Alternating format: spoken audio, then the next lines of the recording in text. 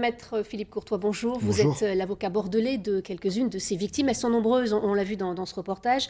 L'enquête fait suite à une procédure lancée il y a 3 ans et maintenant des mises en examen. C'est rapide. Pourquoi ? C'est rapide parce que maintenant notre justice, notre service, notamment le pôle de santé publique est à Paris, a l'habitude malheureusement de ces scandales. On a trop de scandales, on a eu le sang contaminé, on a eu le Mediator, les prothèses PIP et maintenant la Dépakine. En 3-4 ans, on a enfin les premiers aboutissements, c'est-à-dire une mise en examen, mais ce n'est pas encore terminé. Et vous dites que c'est un véritable scandale sanitaire ? C'est un scandale sanitaire depuis des années. Ce produit a été connu depuis 67, le valproate de sodium. À partir de 82, on voit les premiers effets néfastes sur les enfants. 86, il y a simplement une simple phrase qui est rajoutée dans la notice en indiquant qu'il faut prévenir son médecin si on prend ce médicament. Et c'est qu'en 2006, plusieurs années après, qu'on va nous dire attention, il y a des malformations qui sont connues depuis des années, mais on vous le dit que maintenant. Donc c'est un qui est scandale. fautif à votre avis, l'État ou le laboratoire ? Et le laboratoire ? Le laboratoire, bien évidemment, qui le savait depuis des années.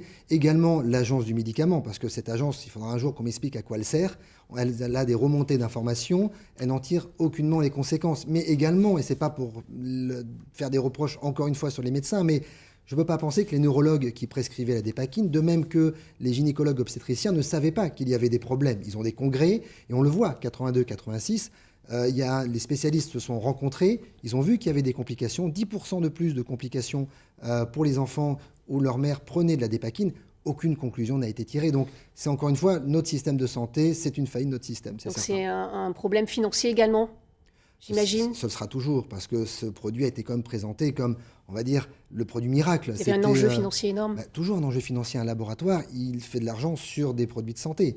Il est évident que par la suite, il faudra qu'on m'explique pourquoi aucune conclusion n'a été tirée. Alors, l'entreprise qui dit que cette mise en examen sera pour elle l'occasion de démontrer qu'elle a respecté son obligation d'information et fait preuve de transparence dans cette affaire. Qu'avez-vous à lui répondre ? Il faudra qu'elle nous explique, parce que depuis 82, 86, 90, elle savait qu'il y avait des problèmes de malformation.